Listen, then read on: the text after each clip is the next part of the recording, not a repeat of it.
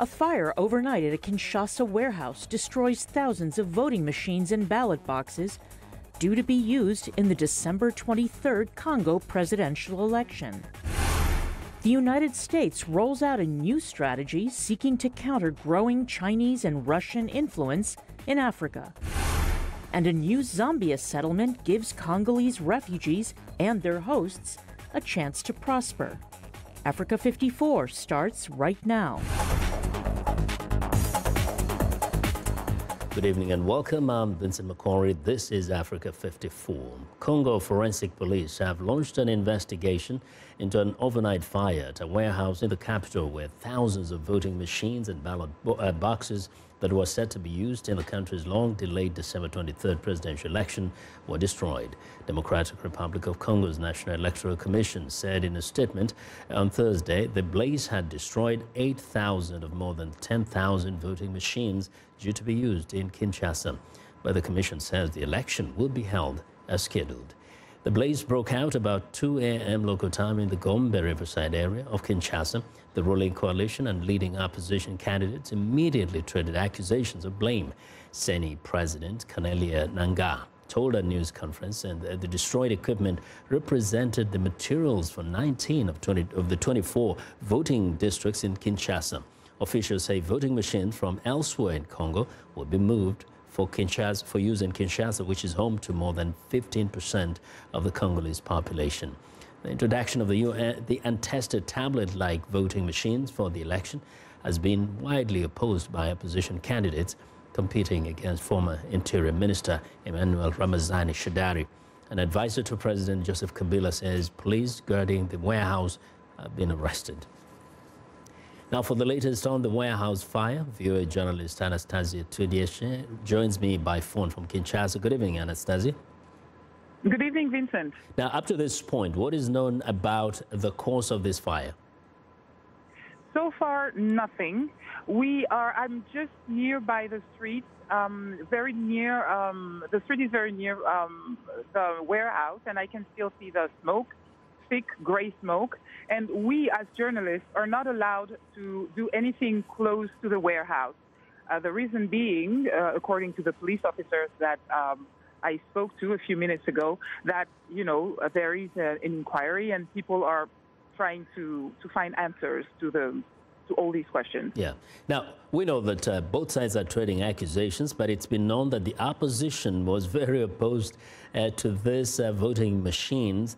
But then at the same time, the warehouse was being guarded by soldiers from the Presidential Guard. How does this make sense to anybody? Who could have wanted to destroy this material?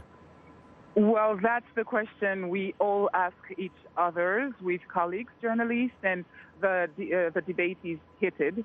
Some would say, oh, well, it can be in the majority interest. Some would say, oh, Fayulu has always been against these voting machines, so he must have something to do with it. So the debate is really heated, and it's only starting.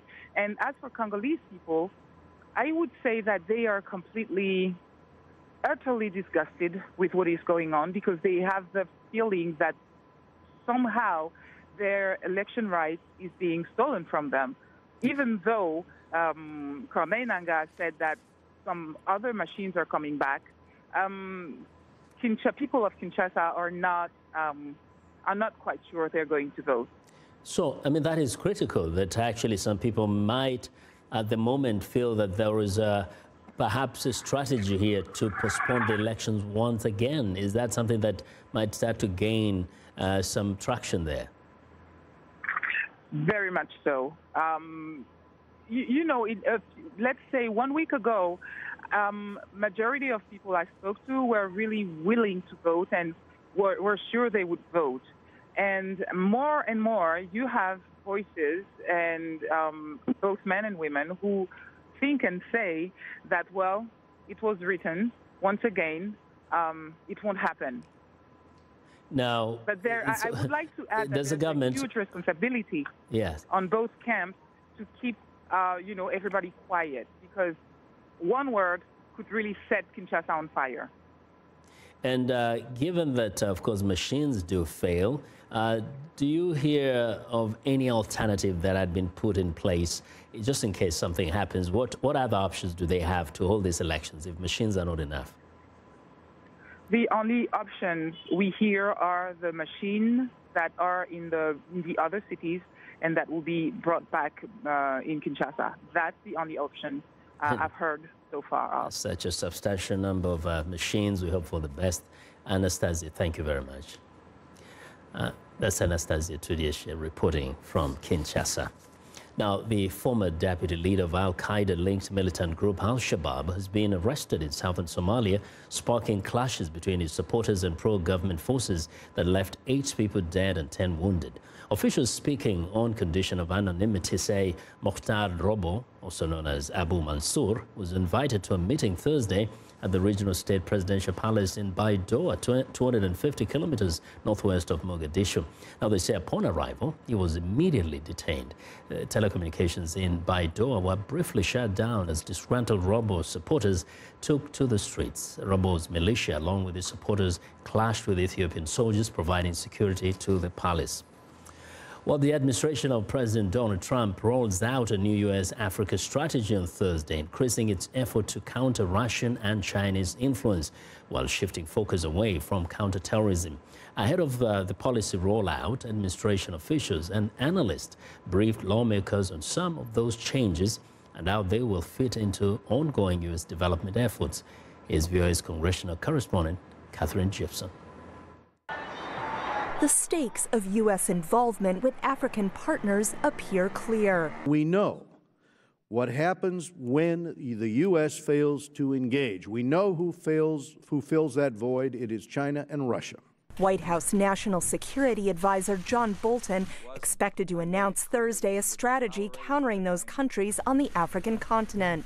On Capitol Hill Wednesday, U.S. lawmakers focused on Chinese influence. China is building itself an image as a contributor to peace and stability in Africa, boosting its image as a responsible stakeholder while materializing, legitimizing, and expanding its own military presence on the continent. One analyst telling lawmakers what he hopes to see in the new strategy. Thinking more broadly about the tools to counter China, and particularly working with the Africans, not talking down to them, but to leveraging their own concerns about Chinese debt or Chinese malign activities and finding partners globally. I think that we can't do this alone, and we're not the only country or the only member in the global community that's worried about China and Africa. Along with continued U.S. counterterrorism efforts, State Department officials also called for increased economic ties. We would like to start with one sub-Saharan country to explore a model free trade agreement. Some Democratic lawmakers Wednesday questioning whether President Donald Trump's alleged use of a degrading term for some African countries has impacted diplomacy. I have never had a problem getting off the plane because I engage and talk about the wonderful things that America as a whole is doing, and also talk about Africa as one of the leading nonpartisan issues of our day. The U.S. foreign aid budget to Africa has also experienced significant cuts, a move Democrats said sends the wrong message. How do you explain the fact that the administration you represent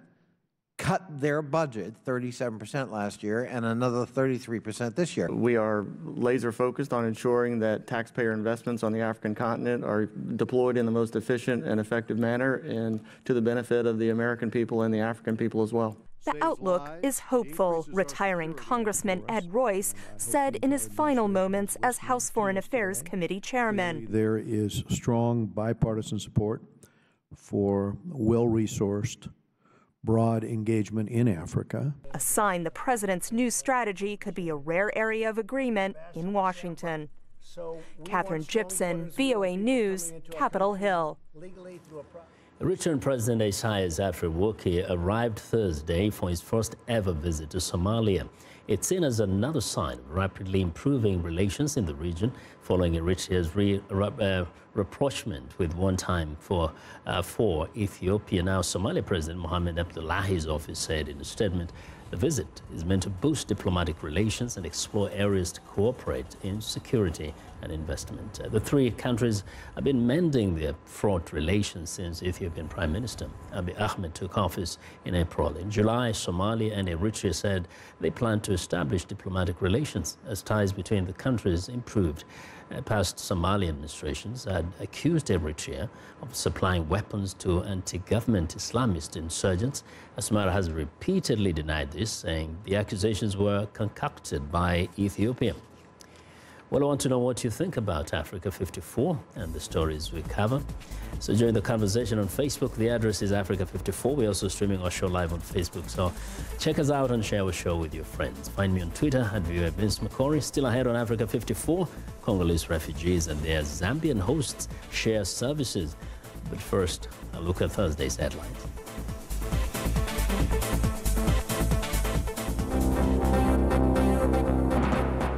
In Sierra Leone, patients at the country's largest referral hospital say they are going days without treatment and fear for their safety should the government not intervene as a nationwide doctors' strike enters its second week.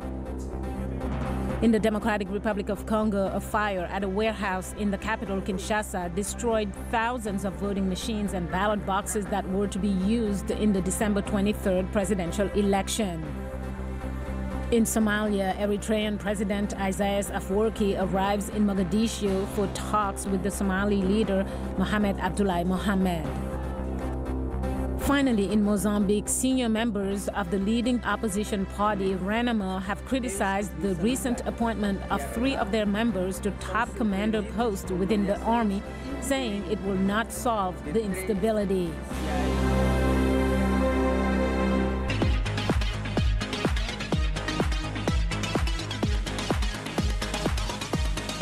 Well, it's time now for a health report, and joining us now is Africa 54 health correspondent Lino Medu with new details on Zambia's refugee health services. Lino. Congolese refugees and their hosts in Zambia settlement are sharing services as part of a new inclusive approach in the country, including the opening of a new school and clinic. Beatrice is a refugee from the Democratic Republic of Congo. She just gave birth. Both mother and baby live in Mantapala settlement in Zambia, near the border with the DRC. It has been set up by the Zambian government, the UN Refugee Agency, and other partners to accommodate refugees. Beatrice and her infant are among the residents benefiting from new health clinic in the area that serves both locals and refugees, an initiative by the Zambian government. For family planning, they come. For under 5 clinic, they do come. So at least we are saving lives because of this institution. Until recently, many people here would have had to embark on a long journey for several hours to see a doctor. For pregnant women or the seriously ill, their ability to make the journey meant the difference between life and death. I'm happy and feel lucky there's now a clinic nearby. If I don't feel well, I can just come here and get help. Not far from the clinic, students are studying English grammar at the settlement's new school. Most of the children are Congolese refugees, but a growing number of local Zambians are also attending. We all get on really well together. I have lots of Congolese friends. They're really friendly, and there's no conflict between us. If we work together with them, the Zambians won't feel annoyed, and they won't think that we have come to take over their land. If we all work together, they will also benefit. They will earn money they can use in their homes. Abdon Mawere is the Zambian Commissioner for Refugees. It is important that refugee programs also benefit the host community. So you will see from the approaches in Mantapala that all the services that we have set them up in the communities where the refugees have come to settle. In 2017, Zambia passed a new legislation aimed at furthering refugee inclusion. It granted refugees new property rights, access to financial and judicial services, and the new law lowered barriers to permanent residency and naturalization. A new study published in the medical journal The Lancet says hundreds of thousands of people in Africa are not able to get the surgery they need, and those who do undergo surgery face a greater risk of dying after surgery, sometimes despite being younger and having fewer underlying health risks than patients in high-income countries. The study looked at how over 11,000 patients fared after surgery in 25 African countries. And get this, 1 in 5 developed complications, and 5.6% of them died. That compares to 2.8% in 19 high-income countries that were part of the study.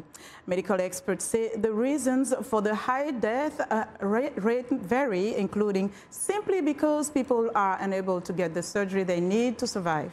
The author of the study says the study is the first time researchers looked at how patients who undergo surgery in Africa fared. Now, the Foundation for Special Surgery is addressing the challenges of access to surgical care in Africa with its mission to provide high-quality, complex surgical care to enhance the well-being of patients across the continent.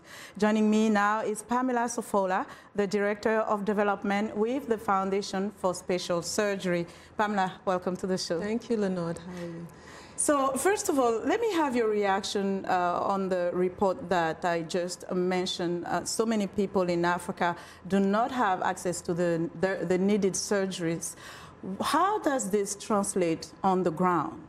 Well, the main reason why they don't have access to surgery is because of lack of infrastructure, number one. And number two is the lack of specialty training, subspecialized training for surgeons. Unfortunately, the WHO says that over 2 billion people don't have access to specialized care. And so this is the main problem on the ground. A lot of doctors, African doctors, they're capable. They have the knowledge, the expertise, but they don't have what is needed to provide so sometimes it's the infrastructures, other times it's even the expertise and many other issues. So it seems to be not enough attention that is turned over surgeries when we talk about healthcare on the African continent. Not to generalize, but it is a reality. What are your thoughts? So we have a lot of, and I'm sure you've heard of a lot of groups going to Africa to do surgery. They go into the country for maybe 1 week at a time. They perform these high complex surgeries and then they leave. And so we are trying to combat that problem, combat that issue by providing high-class hospital. We want to build a high-class hospital in Ghana, whereby highly specialized surgeons from around the world, America, from Europe, South America, will go to this hospital, train the doctors on the ground, build capacity on the ground, and then they will be able to be, in turn, be able to take care of the patients. And then it will go from generation to generation, because right now we're dealing with a brain drain. There's a lot of African doctors that are here. They actually are trained in Africa. They go through the training, and then they come to the States, and then they do go through the residency program here. They have to do their USMLE again, maybe do 10 more years of training. But then what happens at the end of the day? They don't want to go back. They stay here. It is a good point. Brain drain is definitely an issue. And also medical missions. We see that very much. But then what about sustainability? What happens afterwards? So you say the Foundation for Special Surgery aims to build a hospital. Talk to us about activities around this. How is this being received? How is this being implemented? So we are planning on breaking ground next year. We're actually having a gala this coming Saturday that is going to raise awareness about the problem. We do have a lot of subspecialty surgeons, highly specialized surgeons from high-class institutions in America and Europe that are ready to, that are on board with us to be able to provide this care.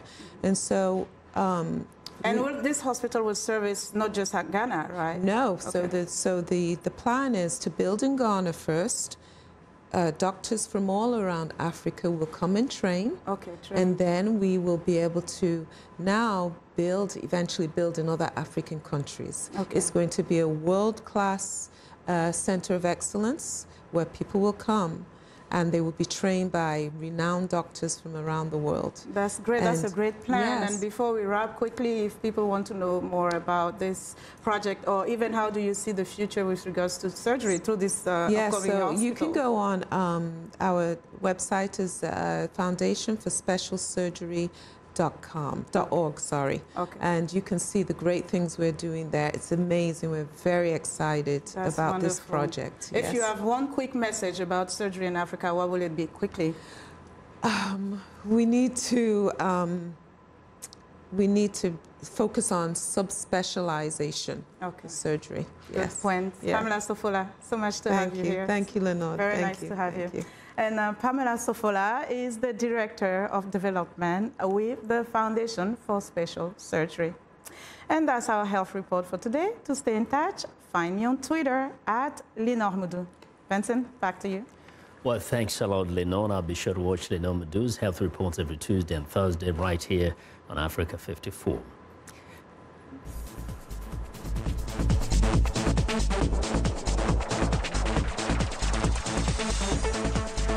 Well, the United Nations members this week in Morocco adopted a deal to improve the way the world copes with rising migration.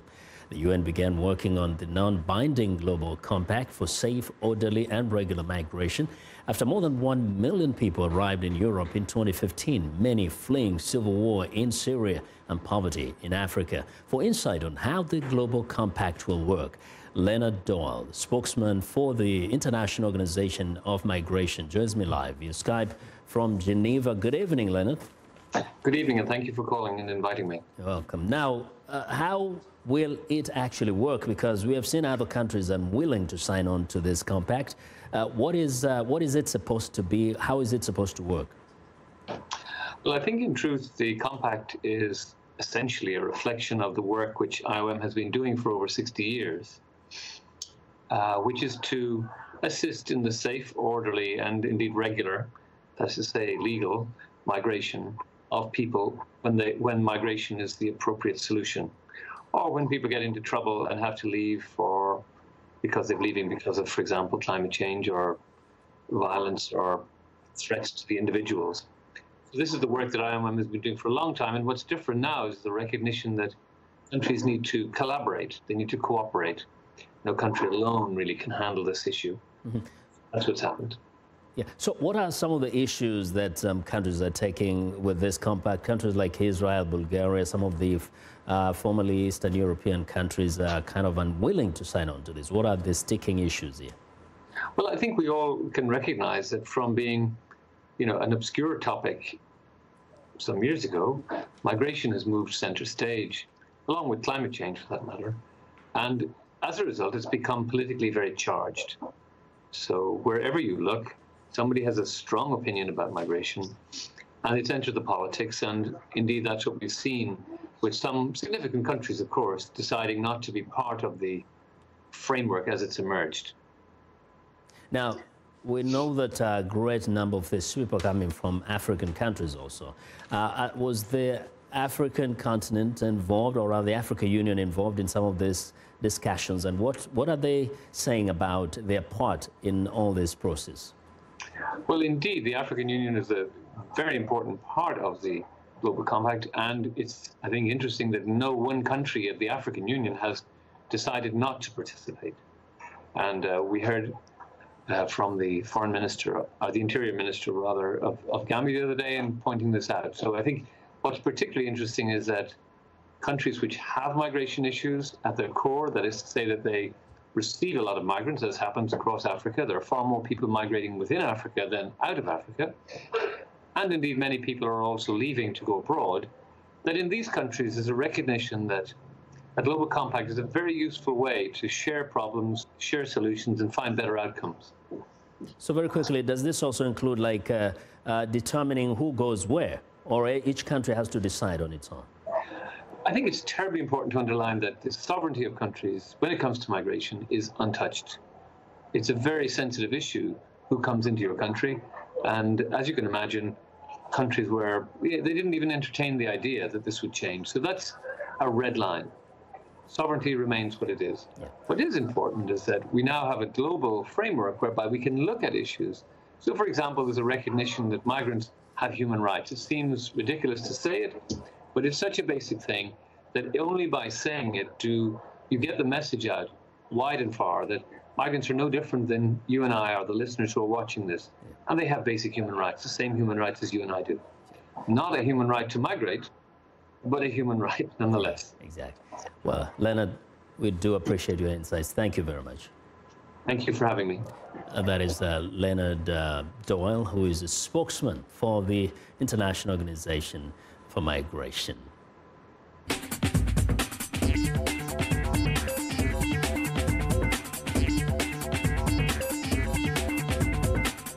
Welcome back to Africa 54, and here's what's trending. Night vision technology dedicated to facilitating safe autonomous driving in the dark is close to its rollout. This according to Israeli developers.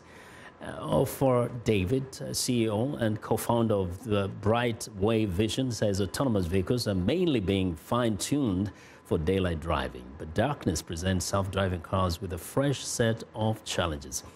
Through scanning lasers and a dedicated sensor to detect vital information, BWV says it has developed an innovative system that can see obstacles that must be avoided if a car is to be deemed safe for autonomous driving at night. Next up, dogs often like a pat from their owner, but how about a pat down from an airport security officer? Well, the K9 Flight School helps all sorts of animals, including guide dogs and others, which support people with disabilities. Excuse me. The experience includes a ride in a mock aircraft where dogs are exposed to the sights and sounds of all aspects of flying. Takeoff and landing are replicated in the simulator, which is on a working sound stage, along with loudspeakers announcements. Turbulence is even simulated. The cost of a one-day Air Hollywood K-12 course is $349. Well, and finally, Time Magazine's 2018 Person of the Year are the Guardians and the War on Truth. The magazine recognizes the person or group of people who most influenced the news and the world, for better or for worse, during the past year. The Guardians are slain Saudi journalist Jamal Khashoggi, the Capital Gazette in Annapolis, Maryland, where 5 people were shot and killed at the newspaper's offices in June. Philippine journalist Maria Ressa, who has been arrested, and 2 Reuters journalists detained in Myanmar for nearly a year. Wee Lon and Keo Suhu. And that's what's trending. And that's our show for today. Thanks a lot for watching. Have a good night.